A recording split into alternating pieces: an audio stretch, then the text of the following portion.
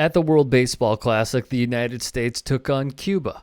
During the affair, a protester ran on the field in Miami and held up a sign that read, "Freedom for the Cuban prisoners of July 11th.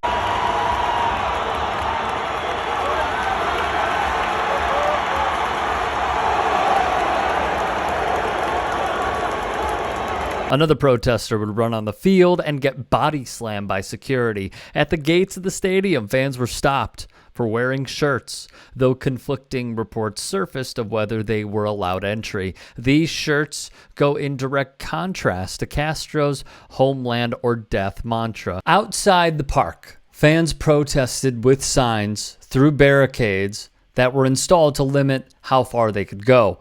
A photo that truly reeks of horror is the following.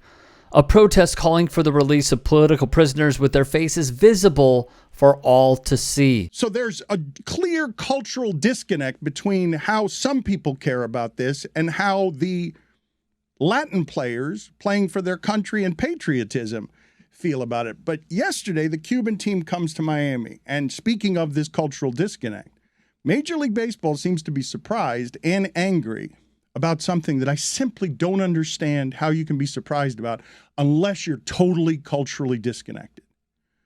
They were surprised by the amount of protesting last night that the Cuban baseball team was playing. And in Miami, anytime a Cuban artist of any kind, a singer, a theater person, performs, there are 200 protesters. Dan Le Batard spoke on it this morning as well. ESPN would provide more context. Sunday marked the first time since at least the beginning of Fidel Castro's reign more than 60 years ago that Cuba's national baseball team had visited Miami, specifically Little Havana, the Cuban enclave that houses so many of the people who have fled the island dating back to the 60s. Now, here's the thing, and we have gone over this many times, of how it is impossible to separate sports and politics. This is just another chapter in a long-running novel, okay? The Cuban national baseball team is largely viewed as a propaganda arm and a tool for the Cuban government. There was a video pregame of pitcher Frank Alvarez getting ticked with a heckling fan and chucking a baseball at said fan. On top of this, two stars for the Chicago White Sox, Yoan Moncada and Luis Robert, were booed during pregame introductions. Speaks volumes to how a lot of people feel. It's the first time Cuba featured MLB players since the revolution as well. This was huge. This was huge. And, quick aside, to all those people saying the WBC doesn't matter, here's a plethora on top of a plethora of examples of how it does. The Cuban team needed permission from the U.S. government. Sanctions prohibit business with the country to take part in the tournament. The Cuban Baseball Federation and players, however, weren't allowed to receive money from the WBC, unlike other participants.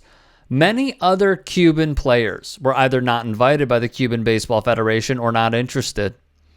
That includes Jose Abreu, Yordan Alvarez, Aroldis Chapman, Yasmani Grandal. The list goes on and on and on. Arozarena, per ESPN, has been adamant about not representing Cuba. He fled Cuba in 2015 and now stars for Mexico. And so when it plays in Miami, and it'll never play in Miami again because of what happened last night, because there were people running on the field. There were protests outside the field. Livan Hernandez refused while throwing out the first pitch to shake the hand of the Cuban manager. With the national team, the Cuban Baseball Federation imposed two requirements for player eligibility.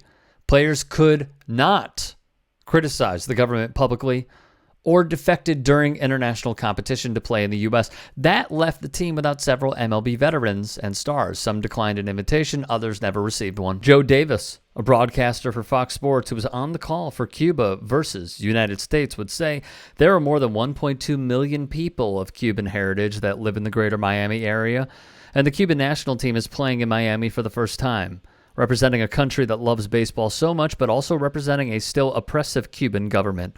So for many Cuban Americans, there's a mix of emotions tonight. Outside the park, Jose Villela made his feelings known, yelling for anyone associated with the late Cuban leader Castro to leave the community. That included many Cuban players who are technically government employees. Villela fled Cuba for the U.S. at the age of 14 after spending 6 months in a concentration camp.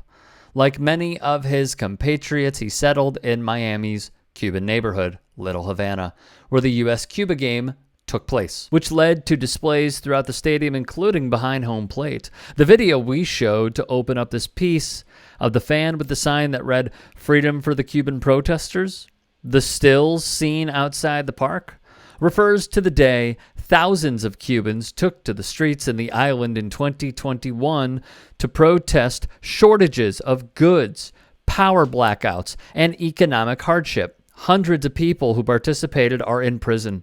Saturday, the crowd erupted in Libertad chants as that protester exited the field. Cuban manager Armando Johnson downplayed the chants and said his team paid no mind to the activists. Per awful announcing, currently more than 1,000 political prisoners remain jailed in Cuba for speaking out against its government, many of whom were arrested during the protest on July 11th. 2021. I want to expand upon one thing Dan Le Batard mentioned in his piece when they were talking about the WBC and the Cuban national team, and that is Livan Hernandez refusing to shake hands of the manager of the team.